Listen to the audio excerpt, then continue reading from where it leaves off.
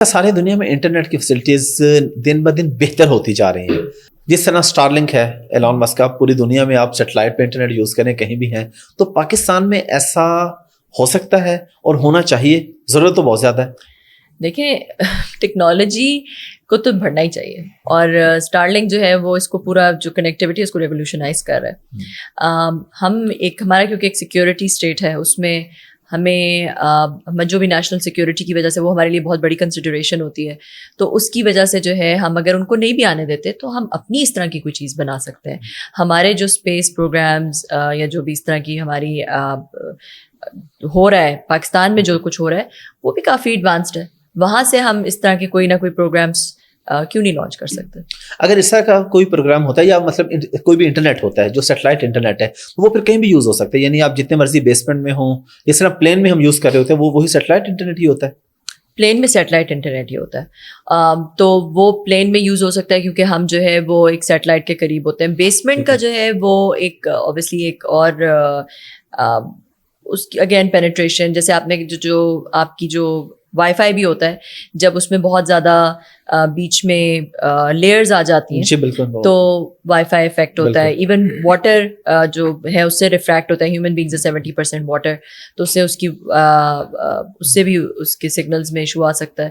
تو بیسمنٹ کا میں نہیں کہہ سکتی, مگر ڈیفینیٹلی پلین وغیرہ میں اور ادھر تو, یا پھر نارمل کہیں پہ تو کسی بھی ایریا میں جس طرح ہم ٹینشن میں ہوتے ہیں یہاں پہ سگنل کم ہو گیا. اب دیکھیں جو آپ نے دیکھا وائی فائی بھی اگر آپ دیکھیں جو پوائنٹ برج لگا, کسی اگر آپ ایسی جگہ میں جہاں پہ فائبر نہیں بچھی ہوئی اور آپ point to point wifi لگاتے ہیں اس میں, تو اگر کبھی موسم خراب ہوتا ہے یا آپ کی لائن آف سائٹ نہیں رہتی, ڈفرینٹ چیزیں, تو آپ کے مسئلے آ سکتے ہیں اس میں. بالکل ہوتا ہے. Thank you very much for your time. بڑی زبردست, بڑی اچھی ڈسکشن ہے. لاسٹ پہ پبلک کے لیے کوئی میسج, ہر طرح کے لوگوں کے لیے, ڈونرس کے لیے بھی اور جو لوگ کچھ کرنا چاہ رہے ہیں ان کے لیے بھی, جو کسی کی ہیلپ کرنا چاہ رہے ہیں, جو ہیلپ لینا چاہ رہے ہیں, سب کو کیا کہیں؟ دیکھیں جو اللہ تعالیٰ نے ہمارے اوپر رسپانسبلٹی یہ ڈالی ہے کہ ہم جس طرح کا بھی ہمیں جو رزق ملا ہے اس میں لوگوں کا حصہ ہے, دوسروں کا بھی حصہ ہے. اگر ہم وہ نہیں دیں گے تو اللہ تعالیٰ وہ رزق ہمیں وہ رزق نہیں ملے گا, پھر وہ کسی اور کو مل جائے گا تاکہ وہ ان تک پہنچ سکے. تو میری نانو ہمیشہ سے یہ کہا کرتی تھیں کہ بیٹا, وہ نا اپنی ہر چیز دے دیتی تھی, ہر چیز, اپنی جویلری بھی دے دیتی تھی. ان سے کہتی تھی کچھ تو کسی شادی پہ پہننا ہوتا ہے, کوئی کانٹا رکھ لیتا ہے بندہ, کوئی یہ رکھ لیتا ہے, کوئی چوڑی رکھ لیتا ہے. تو کہتی تھی کہ بیٹا جو میں دے دیتی ہوں نا وہ میرے ساتھ قبر میں جائے گا, جو میں یہاں پہ خرچ کر دوں گی تو خرچ ہو گیا نا, وہ تو اسپینڈ ہو گیا. جو میں کسی کو دے دیتی ہوں وہ میری سیونگ ہے, وہ میرے ساتھ اگلی دنیا میں جائے گی. بالکل.